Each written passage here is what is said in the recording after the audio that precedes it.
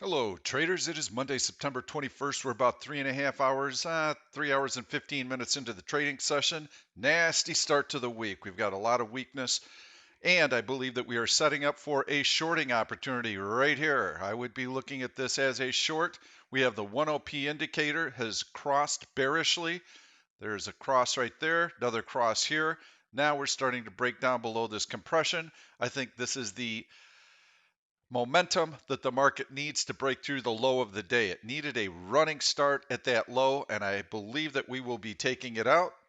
I would certainly be shorting right now in the chat room if I were trading, but I'm doing the recording, so I'm not going to be trading it right now.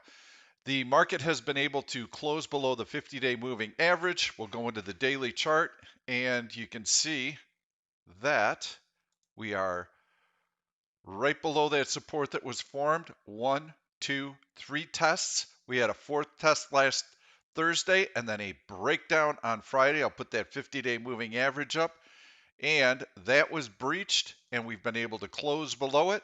I'm also going to put up the 100-day and 200-day moving averages so you can see where those come into play. And there is the breakdown below that 50-day moving average with a gap down. Now we've got some fundamental news in play right now. The passing of Ruth Bader Ginsburg has put the election into question because with only 8 Supreme Court justices, if they have to decide the outcome, it could be a 4-4 split. The election results could take a long time to resolve with the mail-in ballots. The market does not like uncertainty. This is a dark cloud that's currently looming over the market. Plus, we've got a current PE of 23 on the S&P 500. That's rich. So we've got some natural profit taking place right now. As I've been mentioning, if we had a nice long extended 3-week bounce off of this low right here, then there was a good chance that the next retest would have also been very shallow and very brief, and that the market would have had a chance to challenge the all-time high. That scenario did not play out. And during this process, we didn't know which scenario would play out, but it is the second one. And the second one is that you try and bounce, but selling is so pervasive that it pushes the market right back down, and that's what's happened. We have lower prices coming in the next 2 weeks. The 100-day moving average is certainly within striking distance, perhaps even the 200-day moving average. I've also been referencing SPY 323.50. Look where we are right now, 323.50. And that was the high from here. That lends support in this area, and that's what we're testing right now. I'll put the crosshair up so you can see exactly where it comes into play right there. See? That's how these technicals work. These are like magnets, and that's where the price action is attracted to go to these magnets. Right now, it's going to be attracted to that 100-day moving average. I believe that we're going to see it fairly soon. Could be in the next week or 2 weeks. So we'll go back into the 5-minute chart. We'll take a look at the daily price action one more time. So we came down, we tested the support level, bounced off of it, tested it again. Buyers came in. Now I believe that the next test, what happens is people that scooped right here and scooped right here, thinking that this is support, that's a nice entry level for day traders, very short-term traders. Why? Because if this level fails, they can get stopped out right away, keep their losses very small, but have some nice upside to that trade. However, if we come back down here, there's a good chance that those stops will be triggered. And as those buyers exit their trade, you will see a long red bar closing on its low and continuation to the downside. I believe we're going to continue to see selling pressure today. I believe that this will be a bearish trend day. I don't know how accelerated the selling pressure will be this afternoon, but it wouldn't surprise me to test the 100-day moving average. For sure, I think that's in play this week. Last night I put out a video on Apple, so let's take a look at that. You can see how Apple has actually held its ground very, very well. It is actually higher than it was on the close from Friday. So we are not seeing the relative weakness that I had expected. But if we go into the daily chart, you can see that the stock is still struggling. It's below that 50-day moving average, and it tends to move in chunks. Big chunk, big chunk. then it compresses for a while, and now we hit another big chunk. So I think it's going to spend maybe a day or two sideways before it has that leg lower to the 100-day moving average. But I do see some weakness in Apple. I had suggested buying the October monthly expiration 115 puts. If you're long those puts, then your stop is the 50-day moving average on Apple, and your stop is also the 50-day moving average on the SPY. If either of these two levels are violated, they don't both have to be violated, just one of them. If one of them is violated, you need to stop out of the trade. Why? Because if the market gets back above the 50-day moving average, there's a good chance that we'll see a material bounce from that point. So that is our lid. We want that resistance to hold. Same deal for Apple. We want that price point to hold. It's also a small horizontal price point. Test 1, test 2, test 3. So yes, we want this resistance level to hold. If as long as it does, we'll stay in the trade. So target profit on that. They were trading approximately, those puts were trading around $12 this morning. I suggested a 30% target profit. That would mean that you would be looking at somewhere around a $4 profit on those. So if you bought them for 12, you'd be looking to sell them for $16. So let's continue to take a look, see if we can find some other stocks that might be attractive on the short side. I'm not going to be highlighting any longs, although there have been some really good longs that members have been trading. So I'll show you some of the stocks that they've been in. Roku, definitely. That was super strong this morning. ZM, definitely. Piton, another one. PayPal is one that I've been trading on the upside. All have been really strong. All have been very easy. Oracle, I also traded, but off of that low on a 5-minute basis. Right in there, I bought and took some profits on it.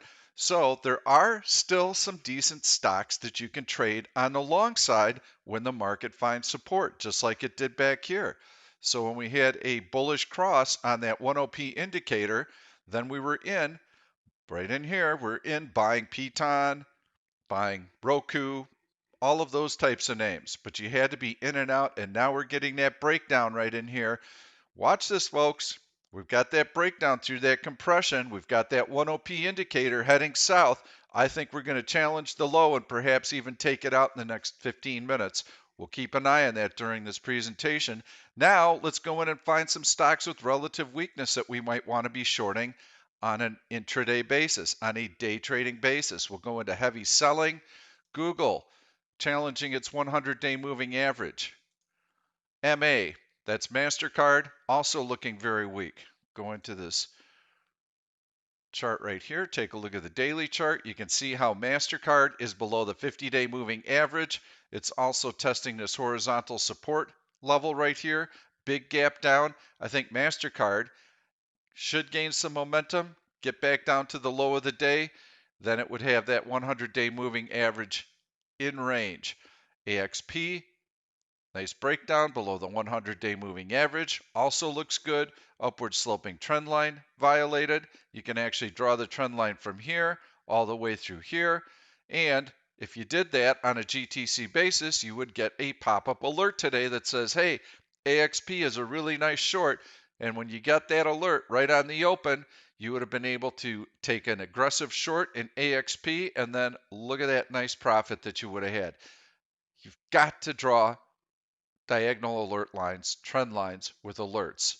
That's going to really help you when the market starts to fall apart. You don't have time to go peck around and find these trades right on the open. Boom, boom, boom, boom. You want these alerts popping up to tell you, here's a short, here's a short, here's a short. Take the short. You know that a very important price point has been breached. Take the extra 5 seconds to draw those lines. So in any event, yes, I think AXP looks weak. A lot of the banks, you can see JPM, LYV, that actually was looking pretty bullish a week ago. We had a nice little breakout through this horizontal resistance, and that breakout failed quickly right there. That is a failed breakout. We've got follow-through selling on the backside. Now the stock is through the 200-day moving average. I think this will be a good short. Disney also looks like an excellent short. Let's go into relative weak 30 and see what we've got here. Tesla, they've got a big announcement tomorrow, a new battery that they're going to be promoting and releasing. That stock held up well early in the day. I know a lot of people have been playing that. I had a couple of questions in the chat room this morning, and the question was, look at Tesla hold its own. What would you do? I said, I'd get out of it. That's the beauty of trading relative strength and weakness. You were in the right stock. You were trading on the wrong side of the market. You've got that cushion. Exit that trade, take your profits here. And that was actually really good advice. That's how we play this. So if you're in a stock with relative strength and the market throws a curveball and the bottom drops out of the market, that stock is going to hold up better than the overall market. That's going to give you that precious, precious time to exit that trade before the stock starts to fall apart. Well, that's the edge that we are using day in and day out, and it works on swing trades as well as day trades. So I'm going to continue to click down and see what else we've got here on the relative week 30 list. Lulu, you know I've been highlighting that as a weak stock. J&J, there you go. Look at that persistent selling.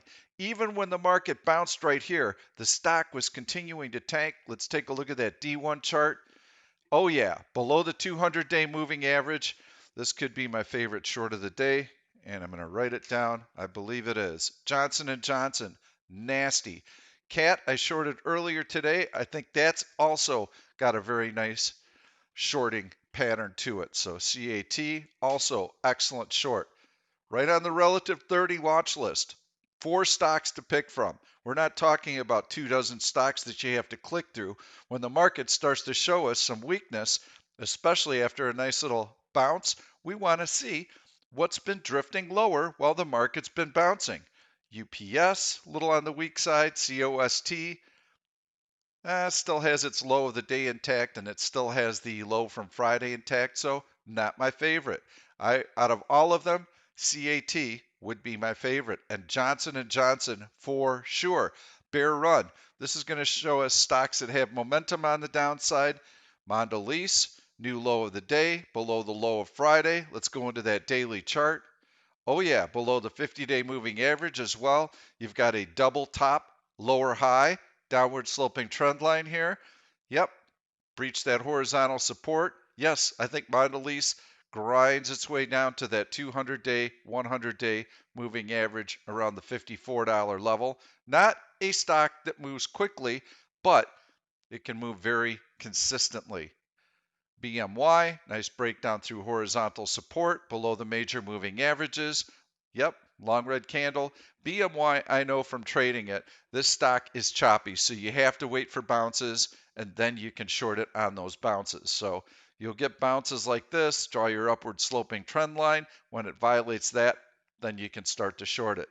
Right in here, I'd be waiting for a bounce, and then I would short that. So that looked pretty good as well. Schwab, pretty nasty day today on its low, getting through that 50-day moving average. I don't like trading stocks that are like this. It's just chopping around, back and forth. No momentum. Forget it. I've got something better I can find. DD. Now this one I like. You've got an upward sloping trend line right here that's been violated to the downside. It's through that 50-day moving average. You had resistance here previously. That was a breakout. Now that's a failed breakout. DD, very choppy also, but I think that if it closes below the 50-day moving average and shows relative weakness today, you could buy some puts on the notion that it'll probably come down and test that 100-day moving average at the $54 level. And when stocks are choppy like this, you can usually get some decent option premiums, meaning they're relatively cheap, so you're not going to have to pay a lot for at-the-money options. Some of these tech stocks, you're going to pay through the nose for these because the stocks really move quickly. So one more look at relative week 30, see what else is on here. Anything that's in a plus column, I'm not that interested in. I want weakness. Heavy selling, we'll go in one more time. Now this one's got a lot of stocks in this list. So GLD, we've had a member in our chat room who has absolutely nailed precious metals. And he was calling for this drop already last week. Take a look at Disney. I love Disney as a short. You can see long tails above body, can't get through this resistance level. Stock already in a downtrend when the market, let's put the market up. You can see how the market was in a big downtrend. The stock was trying to hold its own. Now it's finally testing the 200-day moving average. It's below the 50-day moving average. I think that Disney could have some weakness in here as well. IBM, I noticed, through major horizontal support and through the 100-day moving average. There's your horizontal support level. I think this stock may be able to go lower, but again, if I look at a chart like this, chop, chop, chop, chop, chop, all over the place, got a downward sloping channel right in here. Not my favorite. IBM just does not move that well. So look for nice, consistent price action. Look for predictability. And I think that you'll be able to find that in Johnson & Johnson and, excuse me, Caterpillar today. That's how we find bearish trades. Market, see it coming in right here. I believe the market's going to take out this low, and I think we're going to have a bearish trend day. That's how we're trading it. We've got our candidates right here. I'm going to conclude this session. I'm going to go short some Johnson & Johnson. Thanks so much for watching. If you like the content, please give it a thumbs up and make sure to subscribe to the YouTube channel. Turn on your notifications so that you never miss one of these videos. Going to be some weak price action. So for longer term swing traders, if you can't watch the market intraday, don't worry about this move because your time is coming. The best move and the most consistent move is going to come once market support is established and then confirmed. Then we're going to have some really, really excellent opportunities on the upside, and that's what I would wait for. This long-term bull market, 11-year bull market, this 5-month bull market is going to die hard. So it's going to be very, very hard to make money on the short side unless you are nimble and unless you are watching the market intraday. That's it. See you tomorrow. Good luck with your trading.